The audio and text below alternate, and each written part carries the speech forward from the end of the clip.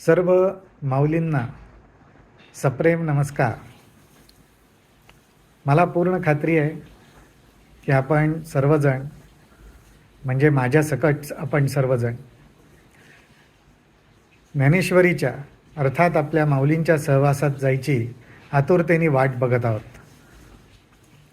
चला तर मग आज आपण एक छोटंसं पाऊल त्या दिशेने टाकूयात.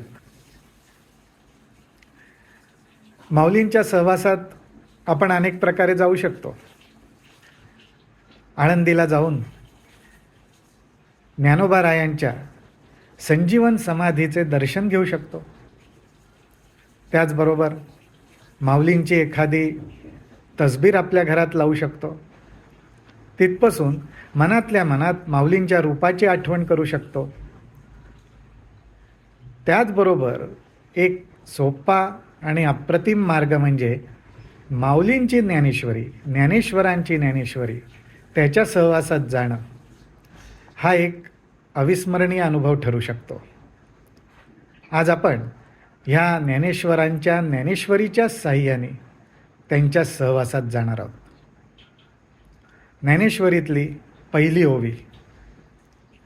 आणि खरं सांगू का, माऊली आपल्या माऊलींनी संपूर्ण भगवद्गीतेचं सार, संपूर्ण ज्ञानेश्वरीचं सार हे पहिल्या ओवीतच सांगून मोकळे झालेत.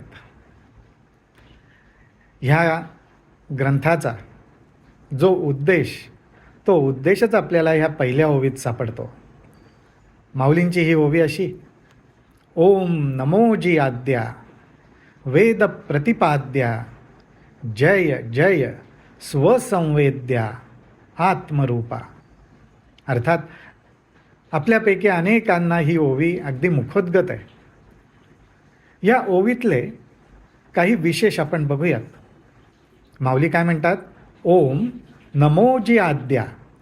आता ह्या ओंकार स्वरूपाला नमन केल्यानंतर माऊलींनी त्या नमनाच्या मागे जी लावलेला आहे. आता आपल्या रोजच्या व्यवहारात बघा, उदाहरणार्थ एखाद्याचं नाव किशोर असेल आणि आपण त्याला किशोरजी म्हटलं. एखाद्याचं नाव अशोक असेल, त्याला अशोकजी म्हटलं. आज त्याच पद्धतीने परमात्म्याचा शब्दरूपाने जो उल्लेख केला जातो, शब्दरूपाने जो प्रगट होतो, तो ओम, त्या ओंकाराला माऊली जी लावतात. ओम जीच म्हणू ना आपण एक प्रकारे. म्हणून ओम नमो जी आद्या असा हा परमात्म्याचा शब्द रूपाने असलेला जो आविष्कार आहे, तो आपल्याला ह्या ओंकारामधनं माऊली दाखवतात. माऊलींच्या ओव्यांचं अजून एक वैशिष्ट्य म्हणजे माऊलींच्या ओव्या ह्या ओंकारामध्ये 3.5 मात्रांमध्ये बांधलेल्या आहेत. त्यातली ही ओवी जी आहे, ओम नमो जी आद्या वेद प्रतिपाद्या, ह्या ओमचं प्रतिपादन, स्तुती, अनेक प्रकारे त्याचा उल्लेख वेदांनी सुद्धा केलेला आहे. आणि हा ओम कसा आहे? स्वसंवेद्या. ज्याला स्वतःला स्वतःची जाणीव आहे, अशा जाणीव रूपाने असलेला हा ओम आहे. ओम नमो जी आद्या वेद प्रतिपाद्या जय जय, त्याचा जय जयकार करून म्हणतात स्वसंवेद्या आत्मरूपा.